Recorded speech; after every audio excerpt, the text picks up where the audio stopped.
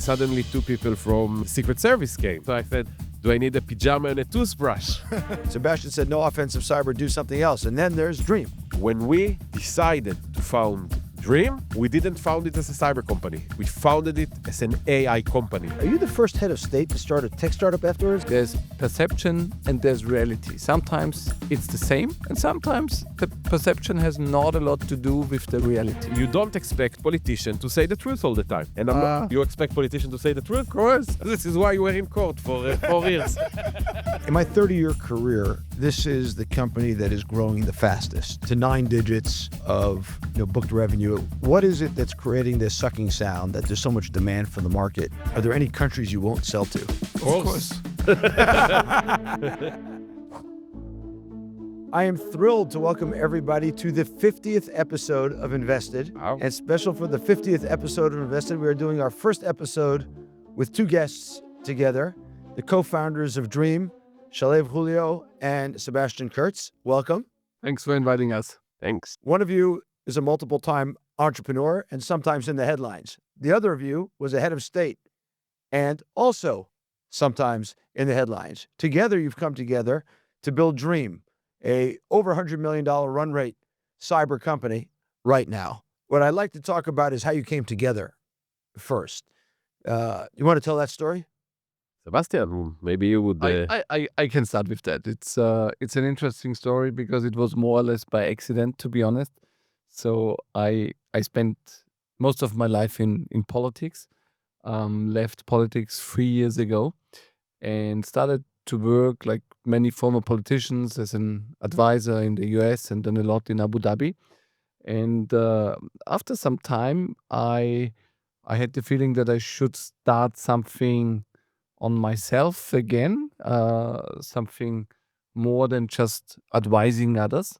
So I thought it's a good idea to travel around a bit in order to meet potential partners to do something together with. So I started to go to a few places in the US and then, of course, also in Middle East to Tel Aviv.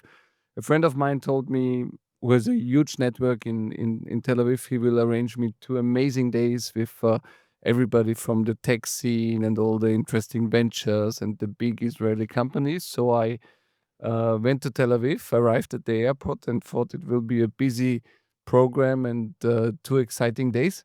And then when I arrived, he texted me, I'm so sorry, my wife is in hospital, I cannot come to the airport, I cannot take care of you, but I sent somebody to pick you up. I was looking around, so Shalev Hulio looked at him, he looked at me, I said, hi, he said, are you Sebastian? I said, yes. He said, I'm here to babysit you. And I went with him to his car, entered his Land Rover, we drove to the city, didn't talk that much for the first few minutes because he was always on the phone. I was not sure what he's doing besides driving me around. The taxi driver with the Land Rover. It's not what you see every I was day. not sure what he's doing when he's not driving me around. So, and then we had the first few meetings and everybody was super respectful. All these other ventures knew him. And then I asked him, what exactly are you doing? And he said, you don't know. I am the founder of NSO. I invented Pegasus. So I had no experience with Pegasus before because Austria is a small, peaceful, neutral country. There's not a lot of experience with offensive cyber or products like that. So I didn't know a lot about Pegasus, but to be honest, after the first few minutes of conversation, I had a click moment with Shalev. So it was 2 good days. It was very impressive what I saw. All the meetings were amazing, but after the 2 days, I told him, look, Shalev, I didn't knew it in the first moment when we saw each other, but I immediately had a click moment when we started to talk and when we started to spend time together. So what I would really like to do is to do something with you, but I don't want to do offensive cyber. And he looked at me and said, oh, I'm the founder of NSO, so what do you expect from me? And I said, look, if there is one moment in your life where you think you should do something else or you want to do something else, give me a call. I was prime minister, now I'm not anymore, so probably your life is going to change as well. And then a few more months later, when he left NSO and sold his shares, I was literally really the first one who he called. He said, "Do you still want to do something?" I said, "Of course." So we met again, and then it took us a few months, but after a few months, we started Dream together. I actually have a question. Are you the first head of state to start a tech company, tech startup afterwards? Has there ever been a head of state who started a tech startup? I don't know. I think there are different types of politicians. There are some who stay in politics their whole life. I think there are also some who do something entrepreneurial, definitely.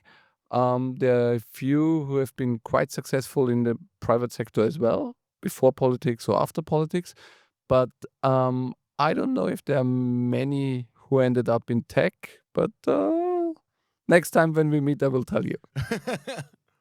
By the way, I think that, there are not many leaders of countries and politicians that left politics at 35 years old after 2 times being prime ministers. Yeah. So I think that's one of the reasons. I think you see a lot of politicians advising to companies, sitting in a board or board members, advisory board, but not really as a full-time founders in tech companies, which I think it's unique. But I think our entire company is a bit unique in that essence, in the vision, in the goal, in what we're trying to think. So we both, not the trivial founders of a tech company, I think. Yeah, I think you're not trivial founders of a tech company. Most of the Israeli tech stories, somebody came out of 8200, the tech unit.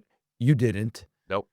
I think it'd be interesting for people. And But do you know what? When I met him, yeah, for me, he seemed to be so educated on cyber that for the first few months, I always believed that he is from 8200 or something like that. It took me a while to figure out that he studied law. But I think the amazing thing about Shalev is he's genius. So he's somebody. No, and I learned that in the first few days when I met him, and after a few years now, I have the same impression. So he's somebody who really wants to put the team to the limit. So whenever somebody says, "I don't think that this is doable," or "that doesn't seem possible," that's where he gets really thrilled to deliver it. So I think that's the reason why he was able in the days of NSO to build something where everybody said it's impossible, a zero click. And I think it's very similar now in Dream, because when we started and asked around, a lot of people told us, not sure if that's going to work, if that's possible to build in the way you want to build it. So this is, I think, also without a background in 8200 or some of the other units. I think that's what really makes the difference. Yeah, I'm glad you said that, because I think the framing you had about Shalev, that you can kind of do impossible things, relates actually to the unit that he was in. Search and rescue. Search and rescue unit. Yes. Search and rescue unit. So you want to give your background a little bit, Shalev? Sure. So I didn't came from 8200. I was 5 years in the army. I was a commander in the search and rescue unit. So I participate in most of the search and rescue delegation of Israel around the world, from Haiti to Nepal to Mexico, Brazil, you name it, also here in Israel. For those who don't understand the reference, like when there was the earthquake in Haiti and Israel sent a team to Haiti to get people out of the rubble that was there. So Shalev was on that unit, and in many other places as well. Yeah, I think that this unit, I believe, is like the essence of the good things that Israel has. Israel sends delegation to places that we don't want anything in return. Sometimes it's places that nobody else reach or care about. We were the first delegation that arrived to Haiti. They have 400,000 missing people, eventually dead. And Israel was the first one who sent a delegation that actually came and rescued people from the wreckage. Same goes for Brazil and Nepal and many other places. And around Surfside or Miami. Miami, yeah. When the building collapsed. Exactly. Yeah. I wasn't there. I wasn't there, but yes, the team was there. The team was there. So yeah, it's an amazing unit. And even to Turkey.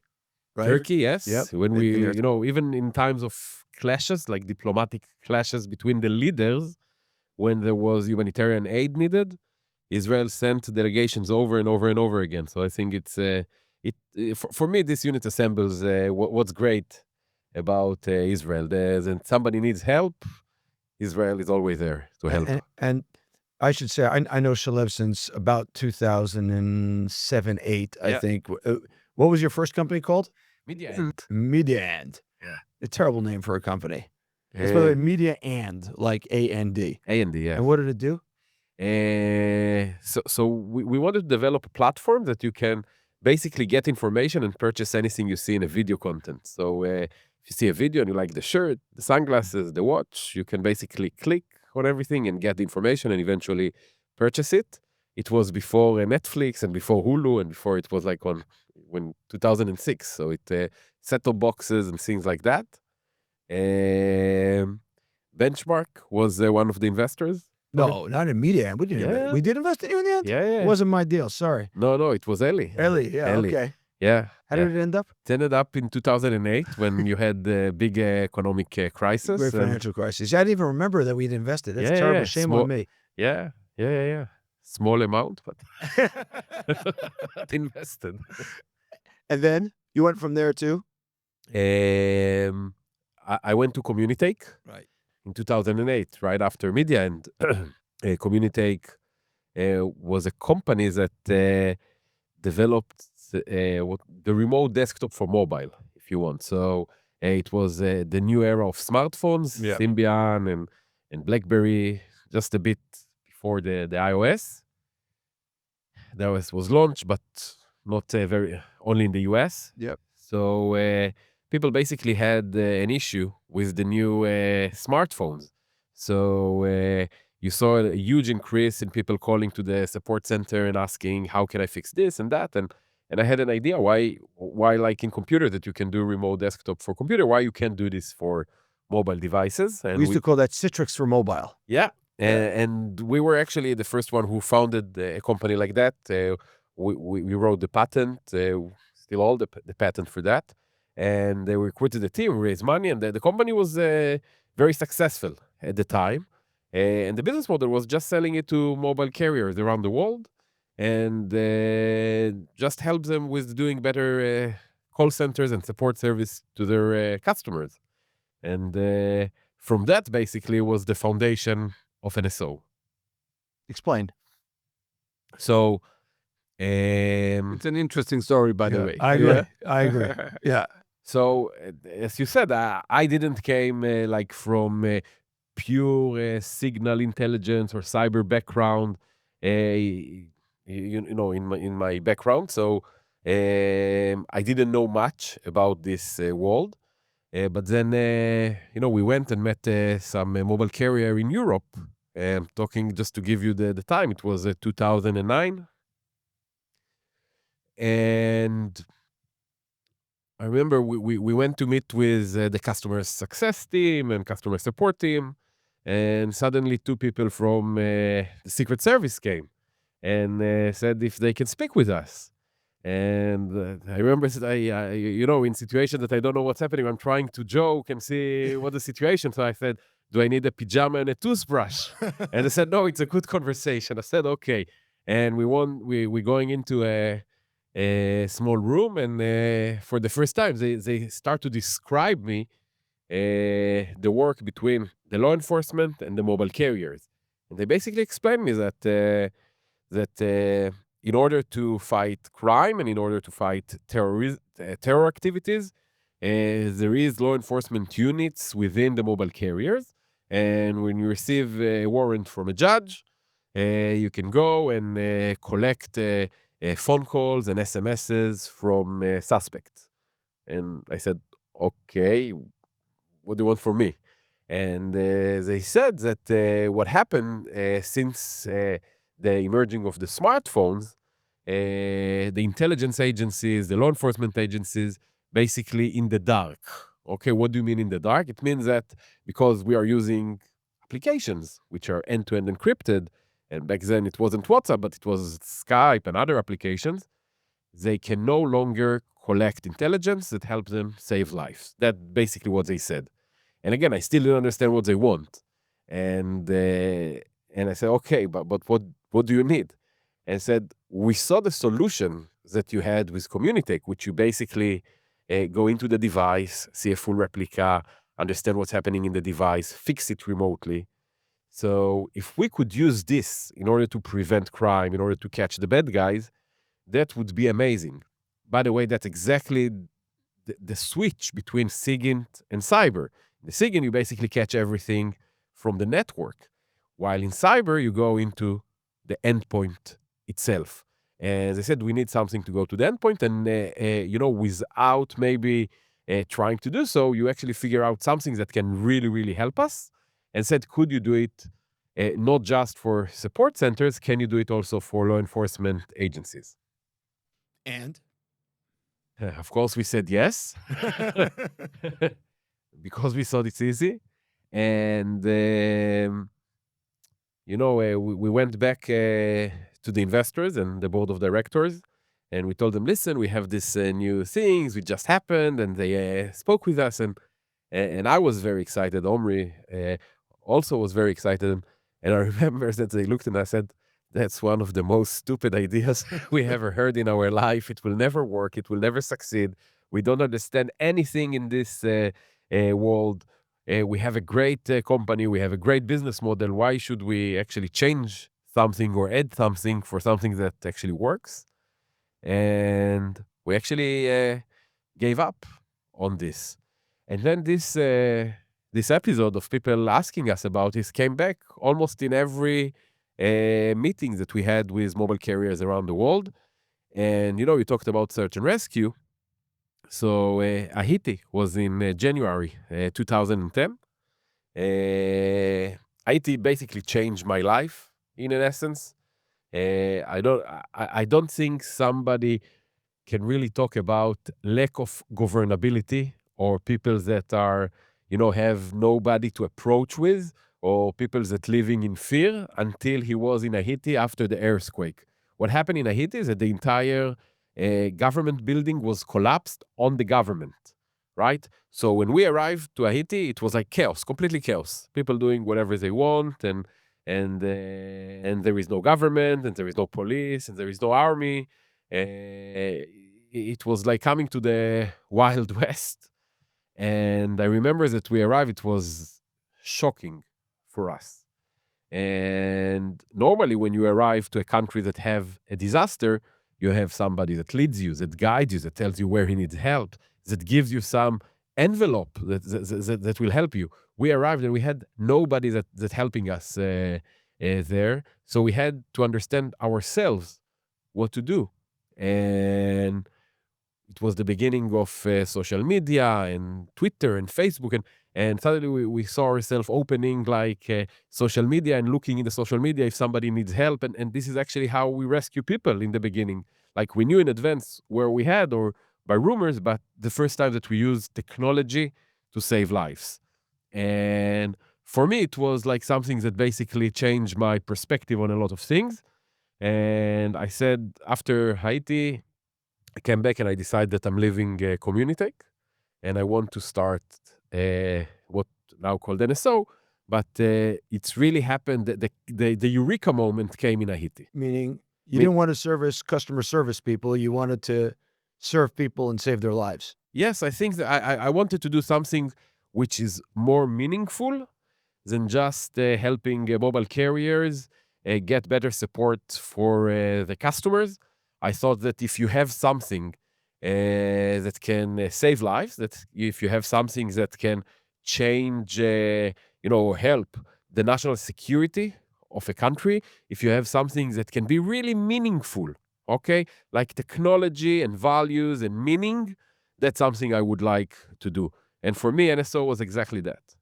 So before we come into the history of NSO, which we'll come back to, I actually want to ask you, Sebastian. So you meet the taxi driver who turns up to take you from the airport in the Land Rover, Shalev, and you meet him, and at some point when he gets off the telephone, he tells you his background, and you'd been a head of state, and obviously NSO had been in the headlines for a long time.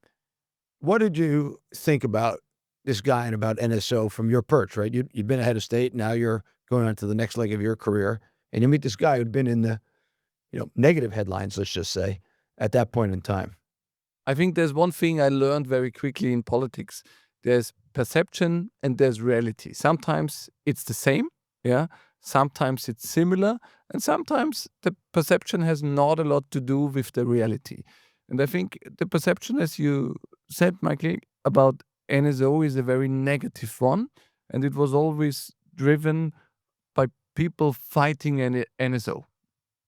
On the other hand, and I think this is reality, NSO is a technology or a company, and Pegasus is a technology that helped to save thousands of lives, and it helped to fight terrorists, human traffickers, drug smugglers, and others. And so, from my perspective, first of all, there's a lot of positive that happened because of NSO and because of Pegasus. And second, and that's for me even more important, I think the reason Shalev and others worked hard and tried to do something that has been undoable before, and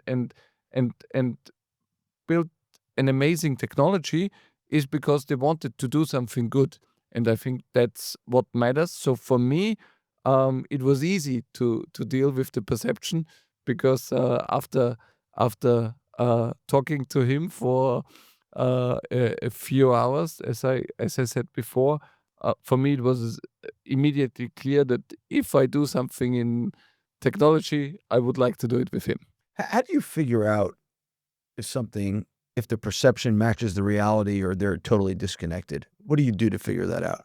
Well, I think in some cases it's easy, because you just have to figure out where does a story come from. Is it sure that it's true? Who drives it? Yeah, who is behind it? And and second thing is, I would say, on some areas it's okay to have different perspectives. And of course, a technology like Pegasus is something that can also be misused. Correct. And of course, I think if a law enforcement agency enters phones, yeah, it's very important that there is a clear regulation when it can be done and when not. So I think all these areas are correct in a way, and they matter. But there's also a different side, and that's all the positive that was possible because of NSO. And Michael, I think, you asked about perception versus reality and how you can decide what is real. Unfortunately, I think in today's world, it's almost impossible to determine what is perception and what is reality. Therefore, a lot of people say perception is reality. And if somebody has an amazing perception, it would consider good. And if somebody has bad perception or bad reputation, even if he's doing great things, the perception about him would be bad, and there is almost nothing you can do that can really change it, unfortunately. And I think it's because of media and social media and campaigns, okay? It's not happening in a day, okay? That somebody has... there is always an involvement of people, campaign, technology, in order to build a perception. Sometimes people build it for themselves. Sometimes other people build it for them. But as long as there is a lot of technology and money involved, it's very, very, very hard to fight that. Yeah, we're sitting here I think 9 days after Sebastian was fully acquitted in Austria. And when we made the investment in Dream, that was like a big topic of discussion. How could you do this? I'll say I was 100% certain, 100%, that the perception did not match the reality, and that this was going to be fine. And the way I do it, at least, is one is I check, I call references, et cetera. And the other is you meet the person, you talk to them, you can kind of figure out who's genuine or not. It doesn't necessarily mean that it'll turn out that way, obviously. And in this case, it did. But I think the hardest thing about being an investor and perhaps being a politician as well is fighting through these kind of made up perceptions about people and getting to the core of who the person is. I think it's actually hard to do. To be honest, for me, it was always interesting when I was prime minister and I met people the first time that were all around the media. Yeah, because when somebody is so present in the media that you see him somewhere online every day, you start to get an opinion. Yeah. And then when you have the chance, and that's one of the positive things when you're prime minister, you can meet a lot of interesting people.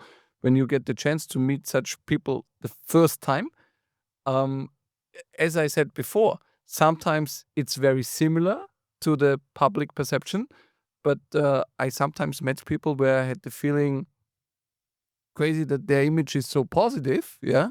And sometimes I met people with a very negative image, and I went out of the meeting and said, okay, everything is fake that is all around the media about them. So I think mm, that's today's world, yeah. And what you mentioned before, the investigations I had to go through, yeah, for me it always felt ridiculous, but it was unpleasant. So when I was prime minister, they started investigations against me and said that I lied in a parliamentary commission. Yeah. Um, uh, then they started a lawsuit, and I always thought that this cannot be real. But to be honest, I was seen guilty in by a judge uh, who was seen guilty himself before for leaking information to a parliamentarian of the opposition. So I thought, how can it happen that among all these hundreds of judges in Austria, I exactly get the one who leaked information to one of opposition. my biggest opponents? But in a way, it was like that. And in our system, the decision if a judge is biased or not is taken by the judge himself. So he said he's not biased, so he got the case. Then I was seen guilty, and then another year later, now the outcome at the appeal, thanks God, was a positive one. But to be honest, to go something like to go through something like that for years is unpleasant, and unfortunately, I think it's more and more part of our political campaigns, yeah, in the Western world.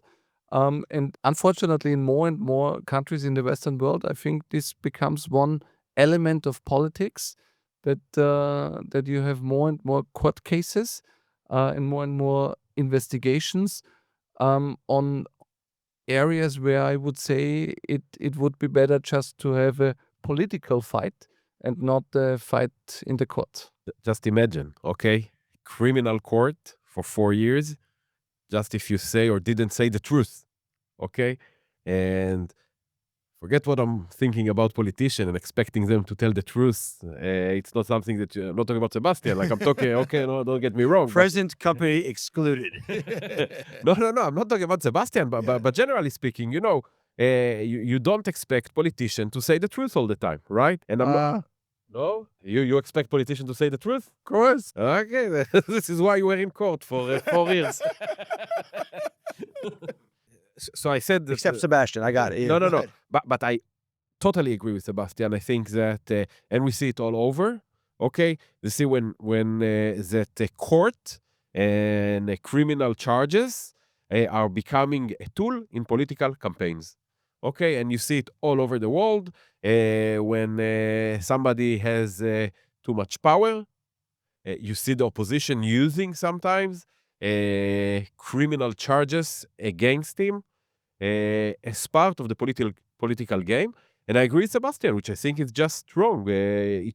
Obviously, if you are corrupted or if you've done things that you shouldn't do, or of course, if you murder somebody, or, don't get me wrong, but if you trying to find like small things that are meaningless, okay, that if it was me or you as civilians, nobody would ever bother to go to court, and you only do it because it's a politician and you want him to move away from the way, I just think it's a wrong way to act. I think the problem is if it becomes a tool, it is negative for the whole judiciary, but at the same time, it's very negative for politics, because people who see it in the media all day, they have to lose trust in a way in the politicians they run their country. And I think that's the problem for our Western liberal democracies, that it's not a positive development. So I need to ask a question. Like, I think one of the claims against offensive cyber is exactly that it can become a tool in the hands of politicians against the opposition or against others. How would you respond to that? I think, but probably you can answer as well. But from my perspective, you can always misuse something. Yeah, you can misuse a weapon. You can misuse an offensive cyber tool. You can always misuse something. I think it's the same like with a gun. There's a need for a policeman, and at the same time, of course, it can be misused. It's the same with technology, and we will see it in more and more areas. The more technology becomes important also for governments. I think it's a common mistake. You don't sell those tools to politicians. You sell them to organizations. You sell them to the intelligence agencies. You sell them to the law enforcement agencies. It's a very regulated, sales process. You need to get permission. If it's coming out from Israel, so from the MOD. If it's coming from the US, from ITAR. So it's not that you can sell it to whoever you want. Not that you sell it, to private people. You sell it to law enforcement organization approved and regulated by the country that you export from, in this case, Israel. So obviously, it's not something that politician would use it. Definitely, I agree completely with Sebastian that misuse can happen. The question is, what is a misuse? And this is also a perception thing, okay? Because let me ask you a question. Does a journalist is a legitimate target? Does an actress is a legitimate target? Does a lawyer is a legitimate target? Yes or no? Oh, I don't know. This is not my business. Okay, so I think I think the answer is that it depends, right? Because the answer is normally no, unless they are somehow relates to crime or terror activity that you want to prevent. And specific, the reason I asked about those, that in order to catch El Chapo, they had, and it was catched by the Mexican and the Americans, in order to catch him, you had to monitor his lawyer, a journalist, and an actress. Now, I'm not the guy that will now tell you what's wrong or right. Okay, it depends on the rules and the regulation and the legislation in each country. But if I would tell you the story that a journalist was attacked by a spyware or a lawyer, you'd say it's very bad. But if I'm telling you that the number one criminal in the world ran away from the prison and you had to catch him, and they had to do that in order to catch him, now what would you think?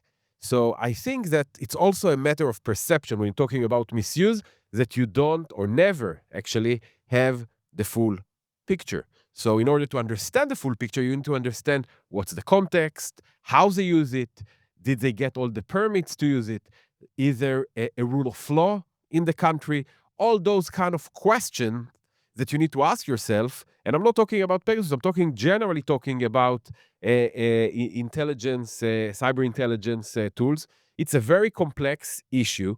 I don't think the regulation is tough enough. I think we need more regulation. I think more legislation. I think it should be like, like you have the Geneva Convention. You have to do like a convention for cyber. And I think only countries that actually sign on this treaty or this warrant or this convention will be obligated to use those kind of tools, and will need to have a set of rules and global, probably some kinds of transparency and some kind of thing. It's not there yet, but I think we should do it. And by the way, Israel, I think, is the most progressed country and the most regulated country, and I think the most advanced country when it comes to cyber use and cyber regulation. Yeah, I agree with that. And what's called API here in Hebrew, or the Export Enforcement Organization. DECA in English. DECA in English. not just offensive cyber, but in general of export, has done in general a pretty efficient job, and certainly has the regulations when they're supposed to be doing it effectively. But this brings me to a different point, which is related. And so in my book, The Tree of Life and Prosperity, when I talk about Noah, one of the things I talk about, and which is a very important topic on this podcast, is how values create value. Now, the sticky points to your point is there's legal regulations. And like you said, the legal regulation in Austria, for example, is that a judge who has a conflict of interest can rule he doesn't have a conflict of interest. And, you said there needs to be enforcement in law and regulations. The question becomes in all these areas, and whenever you have new technology, regulation generally is behind new technology. The question becomes, how do you develop a values framework with which you can use new technologies before the legal regulation catches up? Is that even doable? Or we shouldn't even expect that? I think not only it's doable, I think it's a must. And I think that founders of technologies that are very advanced, okay, should be self-regulated on themselves. We've done it in NSO.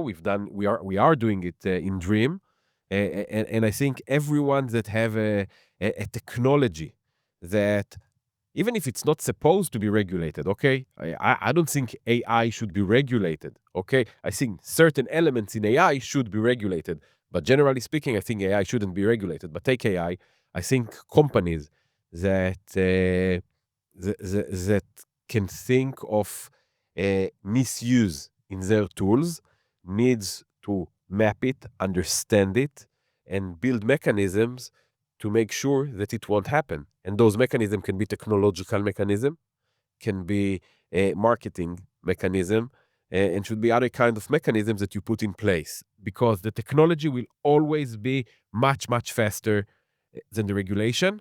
And in an AI, it's even tough, to follow. Like 6 months ago, the AI was like what happened in the last 6 months in AI. It's like an improvement that you cannot even think about a few months ago. So I think that just to summarize it, I think that that you cannot be dependent on governments and countries to regulate you. You should be aware of what to do, and you need to have enough understanding, and you need to look through things and make sure you put all the safeguards that you can in order to prevent misuse of your product. I want to come back to that. Yeah. I think it's not easy to answer. I think the best answer I have is that, from my perspective, it's important that there is much more interaction between those who write the regulation, yeah, and those who work on the daily basis with technology.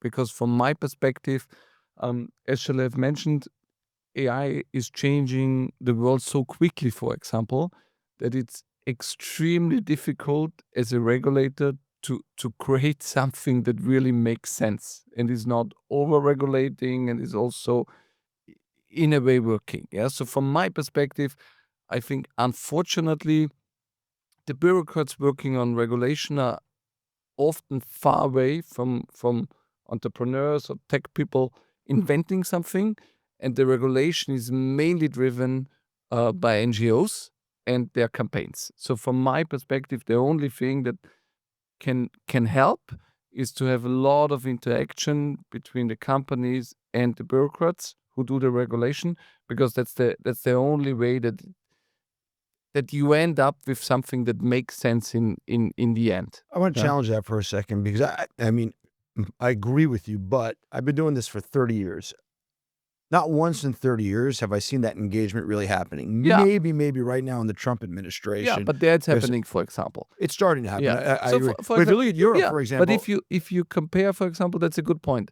If you compare Europe and the US, I think in Europe, there's much more interaction between the NGOs and the bureaucrats, Right. and much less with the tech people. Yeah. Mhm. In the US, I would say it's different. And from my perspective, it's much better as it is there. So I think you will never find an... But how do you get there? Like, I hate to say it this way, but the NGOs and the bureaucrats have more time on their hands than tech entrepreneurs do. We're busy doing what they're doing. Look, I think it needs both. Yeah, I think you need people in the private sector who do care about their country, who do care about the system they live in. So I think it's something people should take time for. And the second thing, I think you need a different mindset among politicians and people in the system who also see this importance. When you look around Europe, who do you see who is au courant enough to kind of engage in these tech discussions? For example, if you look at the German government now, with Merz, there's a big change going on. He spent most of his life in the private sector. It's now the first days in office, so too early to say. But if you ask me, I'm sure there will be a lot of openness from him and his team, in order to engage with the business community. And it has been such a tough time for the German economy that from my perspective, it's absolutely needed to do it like that. Yeah. And I think they will. And you have other systems where it's not working at all. My feeling is that sometimes in countries that are not so developed, where the goal is still to become economically strong, to create jobs, there is much more engagement with the private sector. And as you said before, in countries where living conditions are quite good, social welfare system is strong, people care about everything else, but not about the economy, and then you have less of this interaction. I think we should say, you do a lot of work in the UAE, you do a lot of work in the UAE, I've been there, but they're actually super engaged on this. Of course, because exactly because of this point. because their number one goal is to be successful. The number one goal is that the United Arab Emirates are a successful country with high living standards and to create something positive for their people. If that's the number one goal, of course you try to work with the private sector. Of course you try to figure out how to have a set of regulation that you are as competitive as possible. Yeah.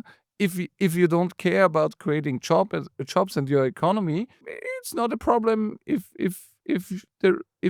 it's not easy to be competitive there. You've been a leader. And where does that come from? It's not. To be honest, it's not only about tech. Look at the energy costs, for example. Yep. Yeah, Europe, countries like Germany and others have always been quite competitive in industries because of a lot of knowledge, a long tradition, hardworking people. The negative side was always high labor costs, but at the same time, energy costs were solid. Now, the energy costs went up like crazy. So you have at the moment a combination of a lot of bureaucracy, high energy costs, and high labor costs, which makes it extremely difficult for many of the big players in Europe. So you have companies that originally come from Germany. They are successful all over in the world, but in Germany or in Europe, it's much harder for them than in the rest of the world. This is extremely problematic.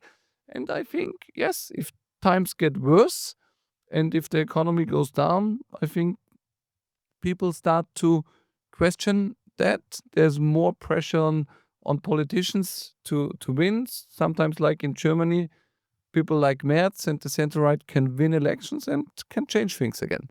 I'm going to actually come back to Europe in a few minutes, but just go back to the UAE for a second. Where do you think that approach of, hey, we want to be successful and we're going to engage with CEOs, founders, the business community comes from?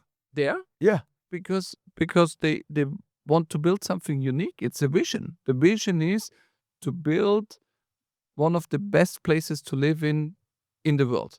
One of the most securest places, one of the places with the highest living standards, one of the best places when it comes to economy. So it's a vision, and it's not only the UAE. I think the UAE is top in class, but you see also in countries like Singapore and a few others that it is possible. But Leadership matters. Leadership matters, definitely. But by the way, and the leadership cares on what really matters because they don't need to focus on politics.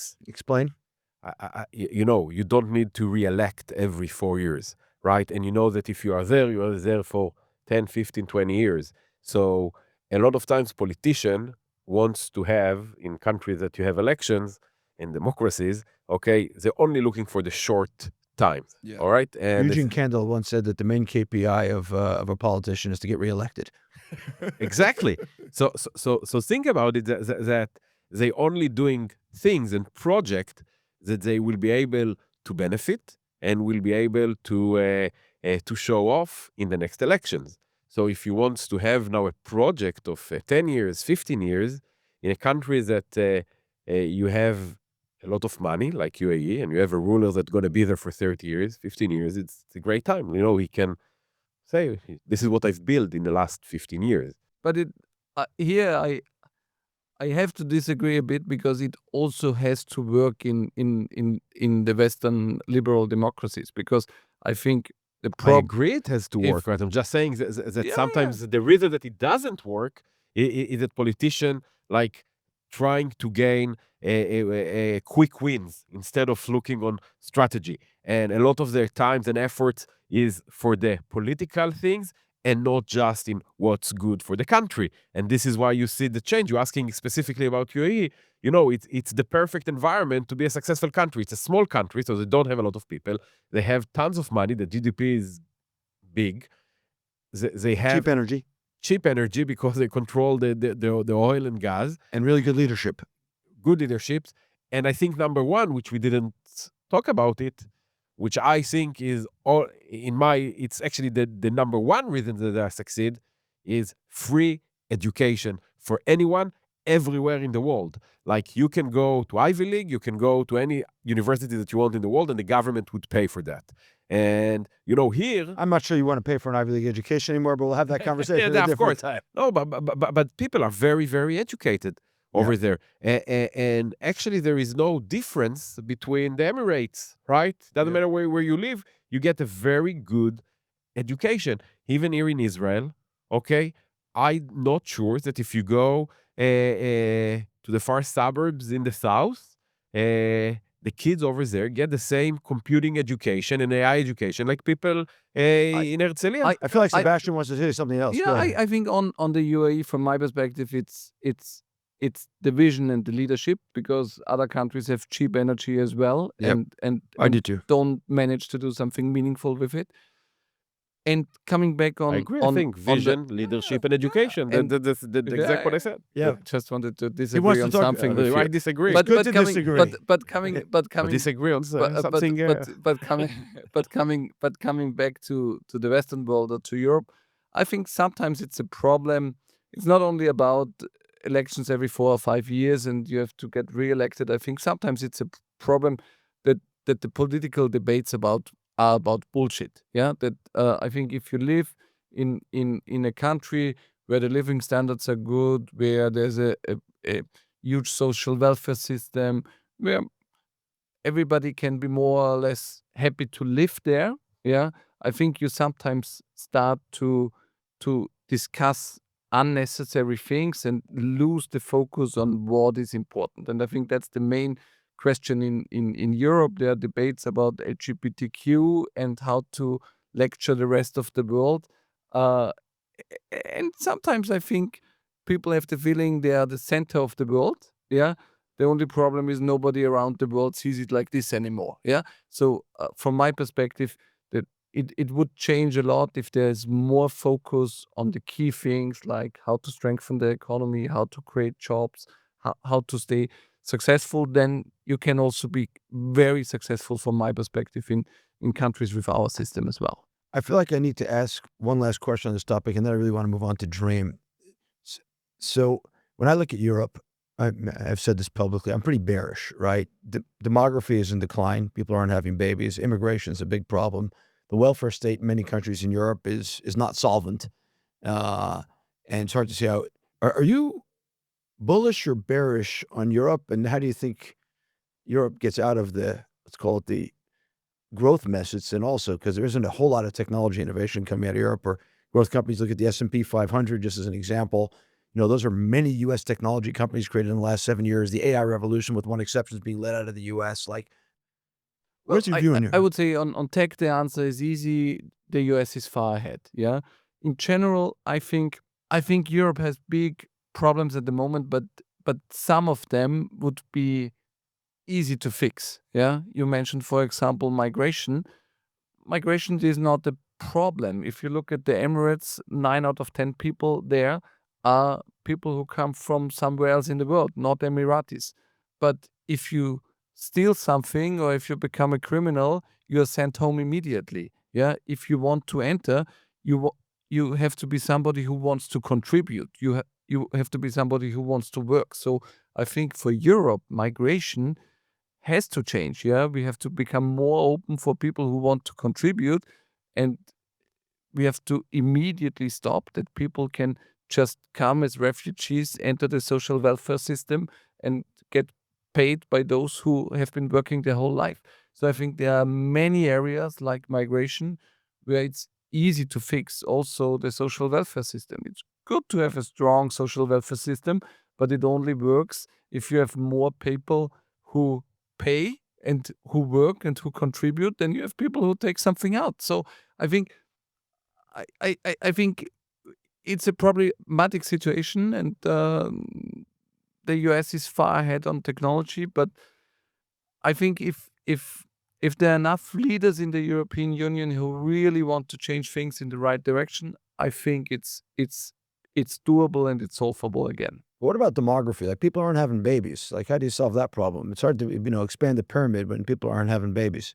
So I think also here, I think it's mainly about mindset and what people believe in and about what they care. So I think also that can be changed if there's a much more positive mindset. If people believe in a positive future, I think this is also something that can change. And of course, you can make it more attractive. Many European families or many families in Austria, Germany have less babies just because it's also a cost issue. So what we did, for example, when I was in government, we reduced the taxes for people who have kids and a job at the same time. So we did not want to support people who do not work and just have kids. But of course, we wanted to support people who contribute because of the fact that they work and at the same time have a family and have babies. So I think there are things that can be done. But yeah, like birth rate will stay lower in Europe than in other parts of the world. I think that's for sure. Let's switch gears to Dream. After we finish with the campaign of Sebastian running back to I stay with you. I stay with you. Don't Hey, worry. look, there was like Don't a few worry. months ago when the government fell apart in Austria. I walk into my partner meeting here and I said, I hope we're not going to lose Sebastian. And thank God he stayed around and Kurz? and here we are, because there was a drafting campaign to get him to come back to run Austria. I know why, because he's a great entrepreneur. I was with him in this day. So you remember we've been in a conference, and I was first eyewitness to the pressure that had on him to come back. Really, really and I actually we're laughing about it all the time, but I actually think it was very, very, very tough day for him. No, you always have both. Look, you have people who support you and you have people who fight you.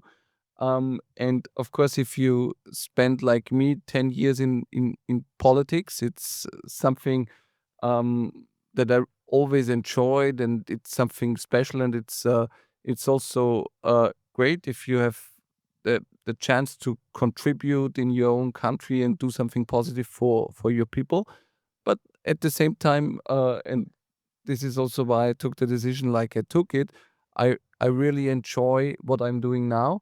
For me, I talked so much about entrepreneurship when I was in politics that at a certain point of time, I felt, okay, now it's on me to do what I've always been telling others. And yeah, it has been an incredible journey in the last 2.5 years.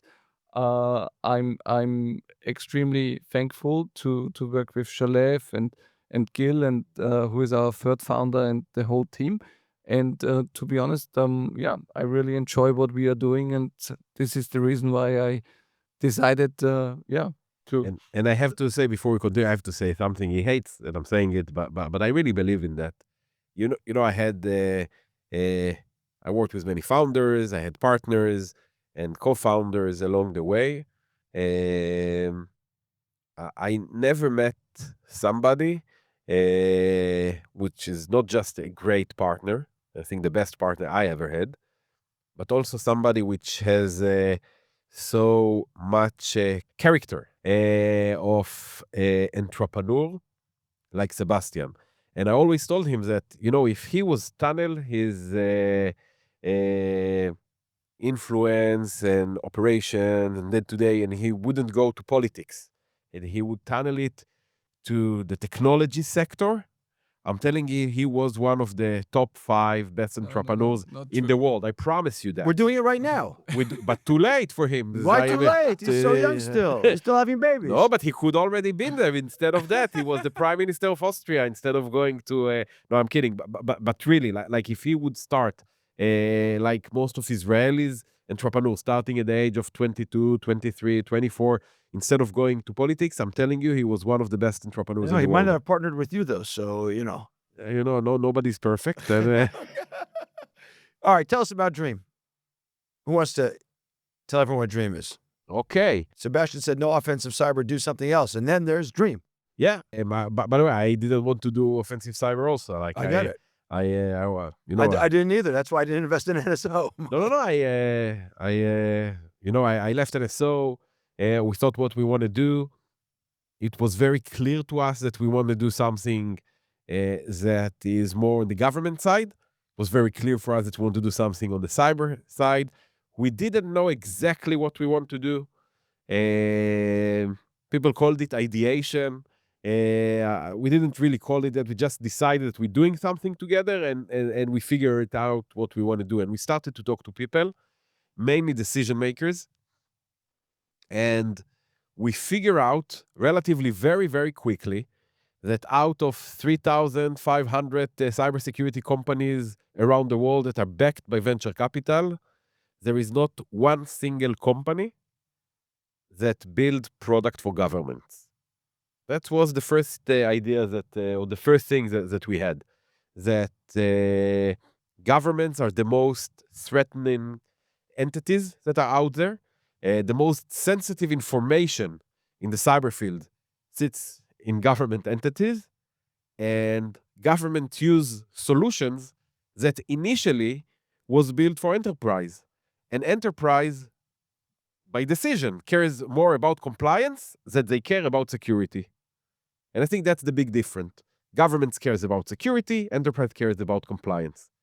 And when you realize that, and when we realized that, we said, okay, there is a huge market that has a big needs and doesn't have a real good solution for that. And the needs of a government is completely different than the need of an enterprise. Governments cannot allow you to install agent or probes on their facilities. They cannot use cloud. They don't like SaaS things. It's very difficult to approach governments. So it's completely different environments than the enterprise. So that was number one. And also we realized that that cyber versus cybers doesn't really work anymore. Okay, and you see it yourself, like companies and enterprise invest billions every year in cybersecurity, and yet they got hacked over and over and over again. And somehow everybody feels okay with this, like it's becoming like the standard. Yeah, you can invest whatever you want, but still, you will get hacked eventually. By the way, there is never 100% guarantee. But having said that, there is a huge difference. And I think Michael, you said it right, that in the beginning when we had this conversation, you said everybody's protecting against the known knowns of the cyber, and we need a company that would prevent or protect against the unknown unknowns of cyber. I think this is the big difference, specifically when it comes to government. And we realized that the only way of doing that is using artificial intelligence. That's the big difference. And when we decided to found Dream, we didn't found it as a cyber company. We founded it as an AI company. And I think that it's not just a figure of speech. Like, what's the difference between AI and cyber? Okay, everybody's use cyber. Everybody use AI. But I think when you're talking about AI company, it means that your entire perspective is different. The people is different. The way that you build a product is different. Like in cybersecurity, okay, you identify a problem, you try to figure out what's the solutions that you want, and then you add AI into it. When you're talking about AI company, it's completely different. You build AI modules that will help you to understand the world much better. Then you can approach any problem and provide a solution very quickly to any problem that the customer will have, okay, or any sophisticated problems that you think you can address. And in that essence, Dream was the first company that combined cyber and AI together. I think that it's the future of cybersecurity. The reason I'm saying it is because when it comes to offensive cyber, for the last 3 years, we're seeing AI being used constantly, both by hackers, but more by nations when they're conducting cyber attack. So AI is being used in the last 3 years in a very large scale in offensive cyber operations. And in the other hand, there is not enough use in AI when it comes to cybersecurity. And that's what we're trying to solve. I think you once said in an interview, and I've heard it from you also, that if people knew how many cyber attacks were going on, how much AI was being used in cyber attacks, they wouldn't sleep at night. And most citizens wouldn't sleep Absolutely. at night. And I think you, Sebastian, have said that you think cyber attacks are the biggest threat to democracies. What do you mean by that?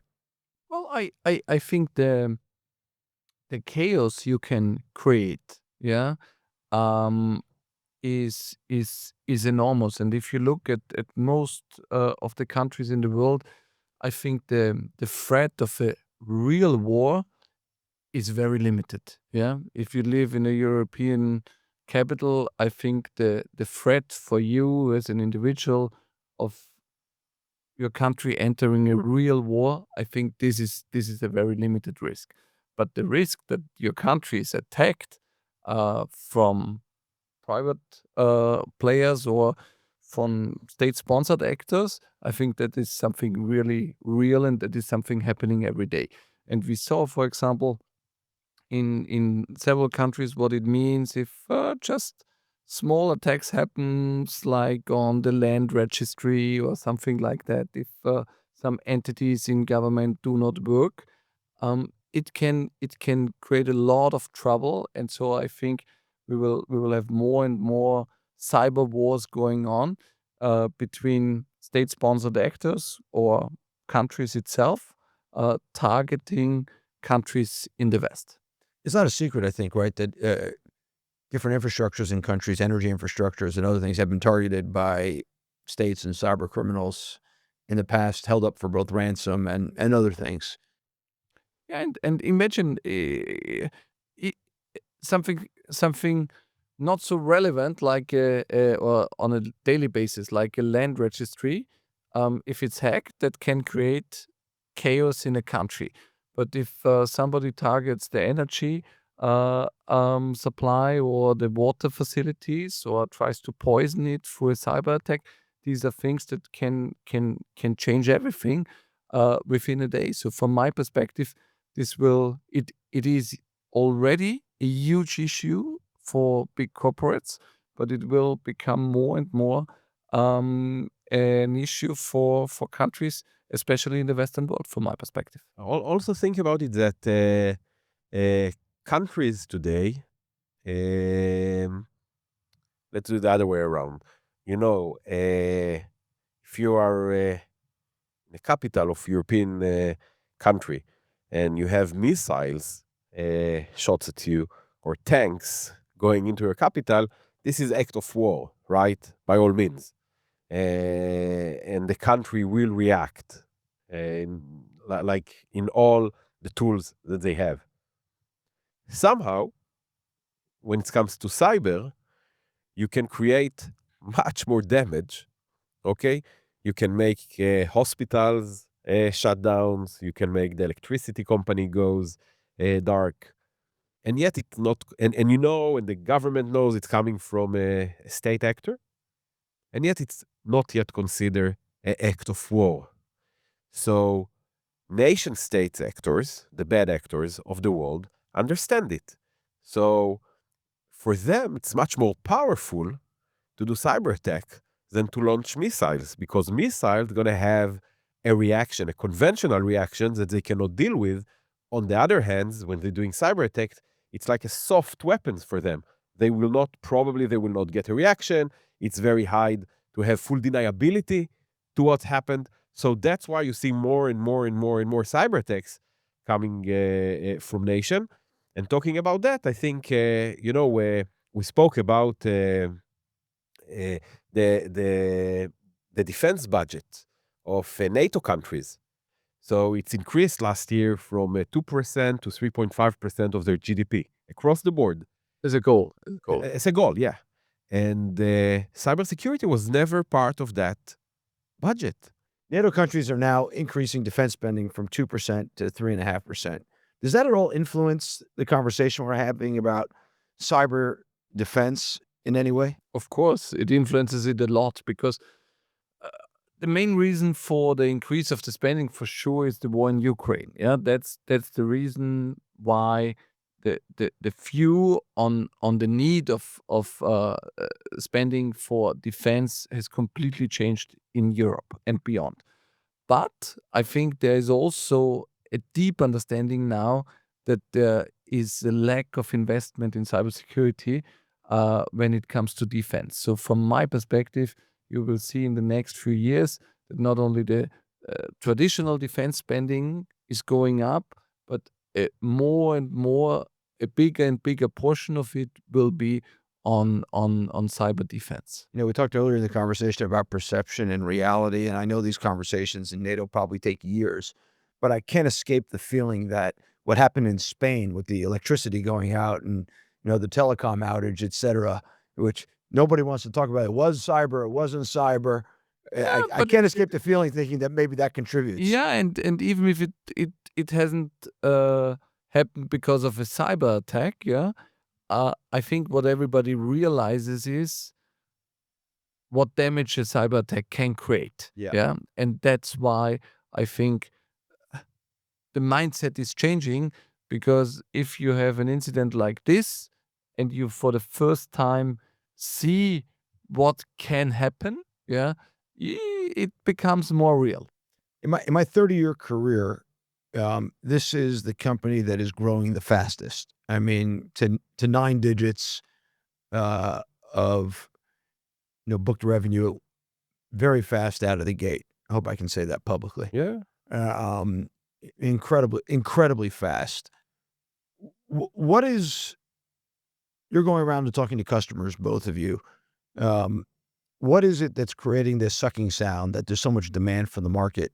You say it's growing fast. For me, the first year was super difficult, because when we started and built a team, and the team started to work on the product, whenever I came to Israel and asked the team where do we stand, they always said another few months. And then I came again and again and again, and I always got the same answer, another few months. And for me, it was a tough period of time, because if you don't have a tech background yourself, yeah, and even if they try to educate you, to show you around, you don't know if it will work or if it won't work. If they say a few months, if it's really a few months or much longer than that. So the first year was very tough for me. And to be honest, I'm not nervous in many situations, but I was super nervous when we had the first interactions with potential customers and potential partners. And I was so happy when all these reactions were extremely positive. So I think what was really managed and what was done by the team is that bringing all the knowledge from the cyber intelligence and the cyber offensive from the past, combining it with AI, has really built a product that is unique at the moment. And I think this is also the reason why we have been quite successful in the last year, because whenever we had the chance to present it somewhere, sometimes it did not work out because of the budget or because of other priorities, but the people dealing with it, the technicians, those with a tech background, they were always extremely positive. And this is, I would say, the reason why the last 12 months have been quite successful. You want to say something, Shalev? Yes, I wanted to say that I think that I don't know if that's the reason that you're talking about growth, okay? But we got 3 decisions that were basically a gamble, okay? We didn't know if it will work or not. So the first one is to do AI for cyber, okay? That was the first one. Second was to go to government instead of enterprise. And third was not to go to the US first, but to go to rest of the world first and then go to the US, okay? And this is actually completely the opposite from any cyber startup that exists today. Like everybody wants to do like small thing or to do like a cyber solution, then go to enterprise in the US. And I think that, the demand came from that we went to customers that actually said, we wanted those solutions. We never met companies. Like we went to tenders and there was only 1 or 2 companies competing with us. And I think that's where we got the big demands coming from. The demands was always there. I think the go-to-market was the one that was very successful. It's because I just think that not a lot of companies actually met the demand that there exists in the world, in this world. I imagine there's demand from a lot of different countries. James Rothschild, our mutual friend, said I should ask you, are there any countries you won't sell to? Of course. Should I ask which? No, easy to answer. Look, we are a Western country.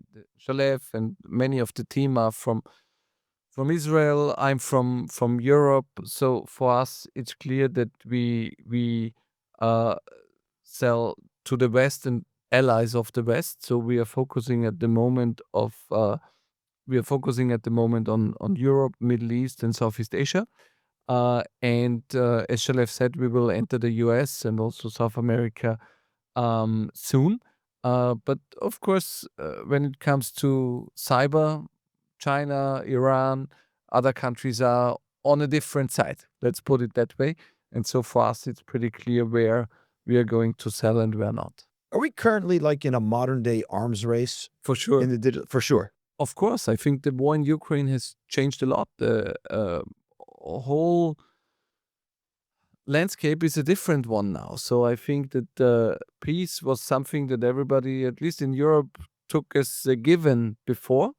And that has changed dramatically. And I think also, if you look at the tensions that we have between China and the US, and the race between China and the US, especially when it comes to tech, I think that we don't live in a globalized world anymore. We live in a divided world. And of course, in a divided world, the risks are higher. And that's the reason why also the spending when it comes to defense, when it comes to cyber defense, will and has to go up. What keeps you up at night? His baby. Yeah, at the moment that's true. Yeah, we have More our broadly. second baby, 2 weeks old now. So Thanks to your wife for letting you come on this show now. yeah, I think she had the impression that when I left to Tel Aviv for 2 days, that I'm the one who should be thankful. Well, what keeps you up at night right now? Or in general about where the world is? I give that one to Shalev. I don't sleep much at night, so Yeah, by in the way, you general. get texts from him at like 3 in the morning. I don't know if you know that. I'm sure you do. Yeah. No, but I've really, had the unfortunate experience of traveling with him overnight, by the way. He's up the whole time. Yeah. that's true. No, but you know, It's like with newborns. Yeah. They sometimes. But I'm not as young as both of you. It's Yeah. tough to keep up with this guy. You guys have both been in highly scrutinized situations and in high pressure situations. Obviously, when the whole melee blew up about NSO, and you've been in the limelight, a head of state. What have you learned about trust? In which sense? How do you build trust? Who can you trust? Is it necessary? You should always be suspicious of people, right? It's like the famous line from Machiavelli that everybody misquotes, No. which he says it's better to be loved and feared, but if he had to choose one, it's only fear, right? But, trust is so important in society, but when you get into these high pressure situations, it can erode trust. Yeah, well, I would say trust is a big word. Yeah, Mhm. and it depends on what area we are talking about. But I'm not a big fan of being suspicious. Yeah, I made the experience that if you, for example, if you work with people, yeah, if you treat people well, if if you have the same goal, yeah, if you do something positive together, there's a lot of mutual trust and I think a lot of um, positive energy coming out of that.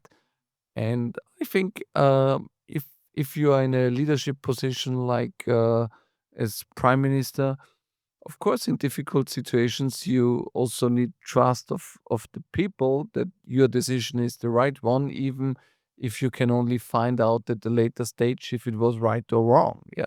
I think the most important thing, if you want to get trust from people and you have to take many decisions, is that you are honest with the people, but also with yourself, that not every single decision can be right. Yeah. So I think this is probably the most important point, because uh, only with this understanding, yeah, I think you can also survive difficult situations where not every single decision can be perfect. You wanted to add something about trust? no, You trust Sebastian? I do. Okay, I was just checking. You've been a head of state, you've worked with heads of state, and you've been at this tight line between what I would call national security and the ethics part. And we talked about this before. How do you balance that? Is there a right answer to balancing that?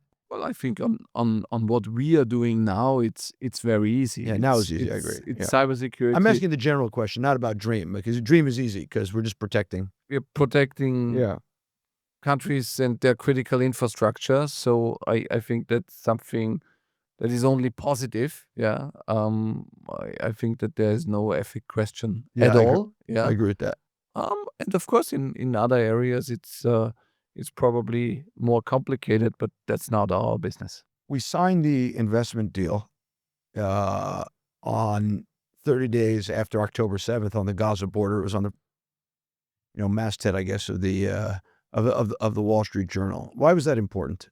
To be honest, for me, it was very impressive. I was always supporting the state of Israel, but I learned a lot about Israel in these weeks, because when October 7th happened, I was in Vienna, but I was in contact with Shalev and many friends here in Israel. So I was shocked at the beginning. I didn't realize it, and I couldn't believe it, and it was extremely depressing for all of us. Also, being in Vienna at this time, but of course we cared about our friends here, and nobody was talking or thinking about business after October 7th. Of course, nobody was in the office. Yeah, many of our employees were in the army immediately and tried to be helpful there and contribute.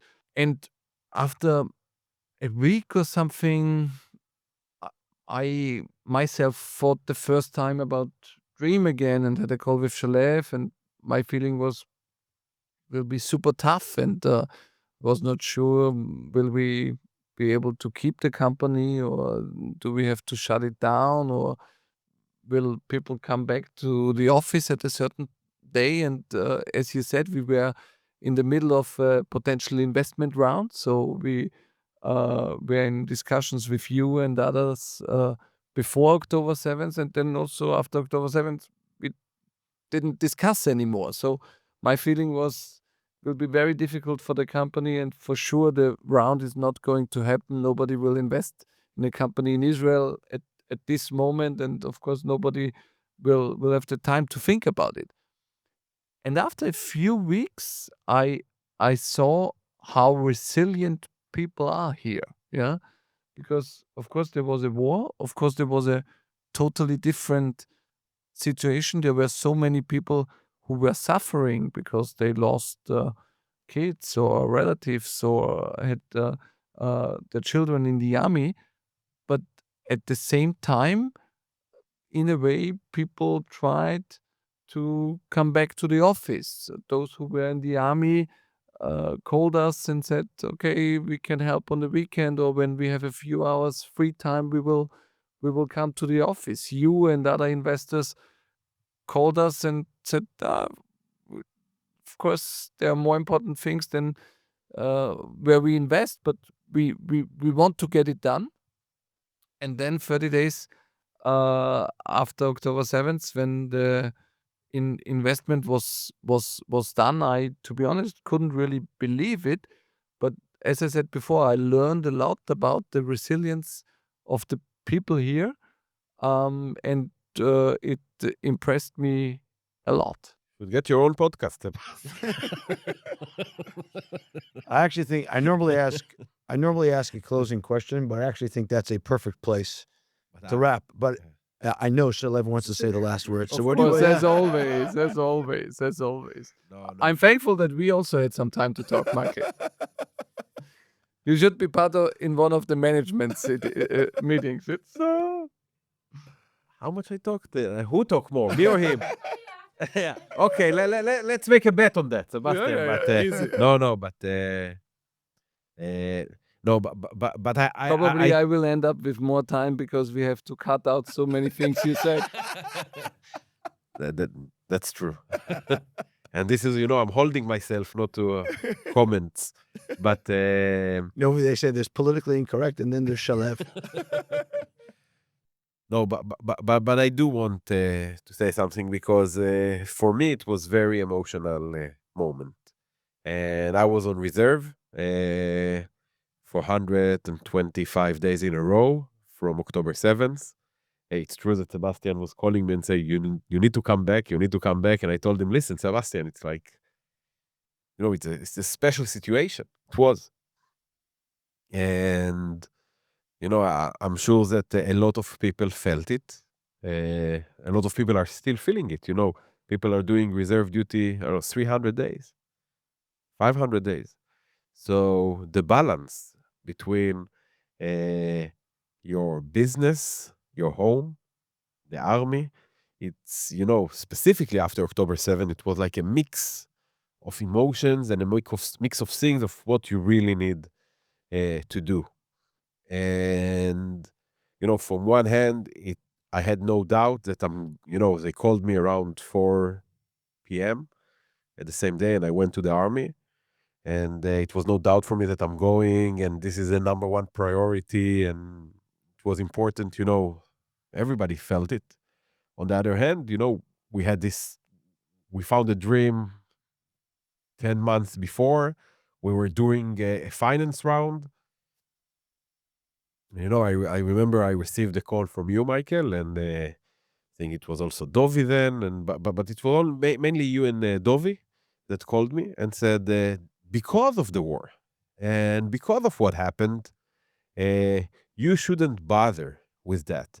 And, I think we were the first round after October 7th, not just in Dream, in Israel. People were shocked. Nobody wanted to invest in Israel. Everybody sat on the bench and waited to see what's going on with the Israeli high tech. And I think it takes a lot of courage, and we spoke about values before, to come and say, I believe in the company, I believe in the founders, I believe in Israel, and I believe in all those three, even during a war that we don't know what the outcome is. And, the moment that all the management and you came to the border of Gaza, and we signed it literally on the border of Gaza, the same place when 11 soldiers were killed. For me, it was an unforgettable moment. It was very emotional for me and for the management. And besides talking about me, I think it actually opens again all the opportunities for investment in Israel, and people saw that it's possible. And I think it's received a huge echo in the ecosystem here in Israel. But I think even more important, worldwide, Wall Street Journal and other journalists around the world actually published it. And I think it's made good for all the IT community here in Israel. Any last words from you? Because you sure you want to let him close? Of course, as always. I want to thank you both for coming. I want to thank you both for letting me invest. It's not obvious that people let me invest in their companies. So I want to thank you both for that. And thank you for being my guests on the 50th episode of Invested.